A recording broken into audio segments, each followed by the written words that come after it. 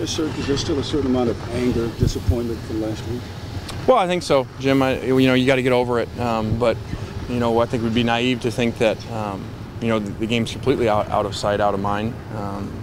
For those really competitive players, there's still a play in there where they're going to think about it for a long time. That should be natural. The guys that don't, they're a different type of kids. So I'm sure it's still there, and every once in a while it comes up. I have to fight the urge not to bring it up with them because a play may come up in practice where we could have done something different. But we got no time to look back. With a great opponent, maybe the best team in the country coming in here Saturday. It's almost like you've gone from the frying pan into the fire. Well, I think we all know we screwed up last week and should have won the game, and we're moving forward. And it's good to have a game like this. It's good to have the next game to be a big game with a national ranked opponent like this. So you don't sit around and keep looking backwards. So you call them the best team in the country. You believe that this is the most complete team? Yeah, I do. I think when you look at them, they're the best they've ever been themselves as well, too, in all the years we've been here. And I think the quarterback's the difference. Two things, really. The quarterback's speed, faster than the other guys who've been there, and then the defense is playing so well.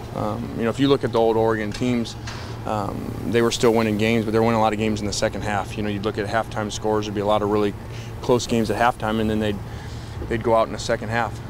This is a different Oregon team. This team is taking care of almost everybody in the first half. And you look at the points scored, it's almost a point a minute in the first half. And then and they've been resting their guys the second half. What kind of challenges does their quarterback present specifically? Well, I think first off the speed. When he gets in the open field, he just runs away from people. So you've got to do a good job of the first guy tackling him, keeping him in front of you, and not giving him those big lanes where he can really make the big plays happen. And then people then obviously at some point commit so much to the run and to his play actions that then it opens up guys down the field, and he's been making those throws too. Is there pressure to score touchdowns and not field goals in a game like this? Obviously there's a lot of pressure on your defense. It seems like there's pressure on the offense as well to score. Yeah, I think that anytime you play, same as last week, I think you got to score touchdowns in versus that opponent last week too. They score a lot of points, and these guys do too. So it doesn't mean you don't ever kick field goals. There's a difference between 4th and 10s and 4th and 1s or 2s. But you need to score a lot of touchdowns in the red zone. You've harped on it all season long about making mistakes, but how discouraging is it that some of your players are making the same mistakes over and over again? Extremely discouraging. Completely shocked that we'd be still having these conversations at this point of the year.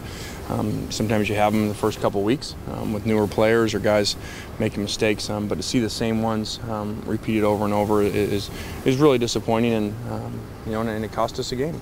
It cost us the game on top of all the plays we could have made, but just mistakes here or there, and we're at one point getting ready to run away with that game. What's the team morale like going into this game? Well, I think it's good because of the opponent. Like I said, I think anytime that you have somebody like this coming in, you can't sit around and complain about playing time or this or that. You got to get ready, and you better practice really well. Wayne, do you think a spread style offense could ever work at USC? It didn't seem to work at Michigan. Yeah, I would disagree that it didn't work at Michigan. They didn't stop anybody. That wasn't because of the offense. Rich Rod put up a ton of points and yards. I don't know him offhand. I just remember, seeing the game score 52-48 and stuff like that. So I don't think that it was offense was the issue. I think you can definitely run a spread offense at a whatever you want to consider a national story program. I don't think it makes any difference. There's certain aspects of you recruit differently, but that doesn't mean that it wouldn't work. So there wouldn't be an impediment? Why do you guys focus on the coach now? Yeah, well, we do because that's where our background is. One, I think a mistake people make is they try to copy people, but they don't really know the ins and outs of it. Just like in our runs here, people used to come visit us and go, and you'd watch them try to run our offense, and it wouldn't work because they wouldn't know how to fix problems. And so, same thing there. I don't think you can go copy people, and I think people try to do that all the time, and then it really doesn't work. Is DeAnthony Thomas much different from what you're seeing on film this year than what he has been? No, he's the same guy. Last year he, as explosive as anybody in the country, and maybe a little bit more confident by the way that he goes after the punts and fields almost everything, no matter where it is. He plays with a lot of confidence. Very, very similar players, very different bodies, but very similar players. Him and Marquise, I think, in a lot of ways. One of the things that you definitely try to stress is kind of taking the matches when you guys takes away play something, you go somewhere else. In the case of Marquise's performance on Saturday, how much did Robert play to that, particularly in the first half? Was it a situation where you noticed the defense was rolling their coverages on Robert, made things easier for Marquise? Well, I think in general, obviously it helps the two of them to have the other one. If the other one wasn't here, especially with the imbalance of numbers that we have, with so much of our yards and catches coming from two guys, if one of those were not here, I think you'd see very, very different coverages. It'd be really hard. So they know that, if you come in to decide to take one away, and guys seem to flip-flop. Sometimes they do Robert. Now they've kind of turned more towards Marquise. You're going to expose yourself to the other one. What was it on Saturday? Well, really, they came out and initially really were playing their normal defense, and I kind of thought that was going to be a storyline to the game, that they were not a cover 2 team. It's not what they did. They had a belief system in cover 3 and cover 1 and cover 4, and they stayed with it. And then in the second half, after the first half going the way that it did with Matt's numbers and Marquise's numbers, then they started to change some in the second half. The NCAA adopted some policies today that seem like they're going to be kind of tougher in general and on head coaches in particular. Are you familiar with any of those changes, and what do you think about it? Well, I think that those have been in discussion for a long time, and I think that, I just think that, I guess, what it came down to, that people were tired of, an assistant coach doing something and the assistant coach being the one to punish. So I'm not completely familiar with all the language, that would have come out today. I just know that this has been in progress for a while. Do you think it's fair that the head coach is now going to be maybe more accountable for those kinds of things? Well, I just think it is what it is. It comes with the responsibility. You're the head coach, and it's hard to know what everybody's doing, just like it's hard to know what your players are doing or their relatives are doing or all the things we've discussed before. But if those are the rules, those are the rules, and it comes with the job. And how big a factor are you going to put on penalties and turnovers this week? More than normal? No, I mean, we put a ton of emphasis on it. And we were doing well on the turnover margin until last week. You look at our 2 losses, the story's right there in turnover margin compared to the 6 wins.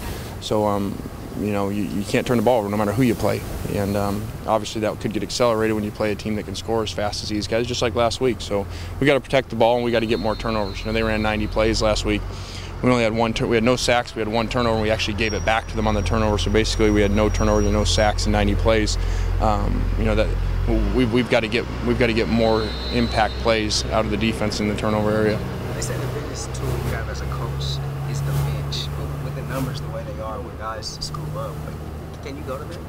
Yeah, we've had a lot of discussions about that this year, about the penalties and when the turnovers happen and how we used to do it, and we're kind of in the middle. We do sometimes, and sometimes there's no answer to go to. So we're just working on it. Did the film resonate with guys? I mean, so far, does it look like it resonated with them? I hope so. I think that when they were able to see them all grouped together and the impact that they had in games and how they completely changed momentum of games, I think it did. I hope it did. When you look at last year's team and this year's team and compare them with higher expectations coming into this season, what happened? Well, I think I think our question marks were on defense coming in with the front. Our question marks were on were the left tackle and the defensive line, and I think I think our defensive line really has played really well. We didn't get any impact plays last week, but I think as you look at everything combined, you look at the seasons and the numbers, what is going on. Well, you look at Matt's numbers; they're basically the same. In a number of areas, actually better. You look at Robert and Marquise's combined numbers; they're better. We run for more average per play. On defense, our defensive stats are better. So really, what it comes down to is the big differences between the 2 years are the negative plays. We've given up more sacks. We've had way more penalties, and then our 3rd down conversions on offense. And so when you group those things together, that is a glaring difference between the 2 years.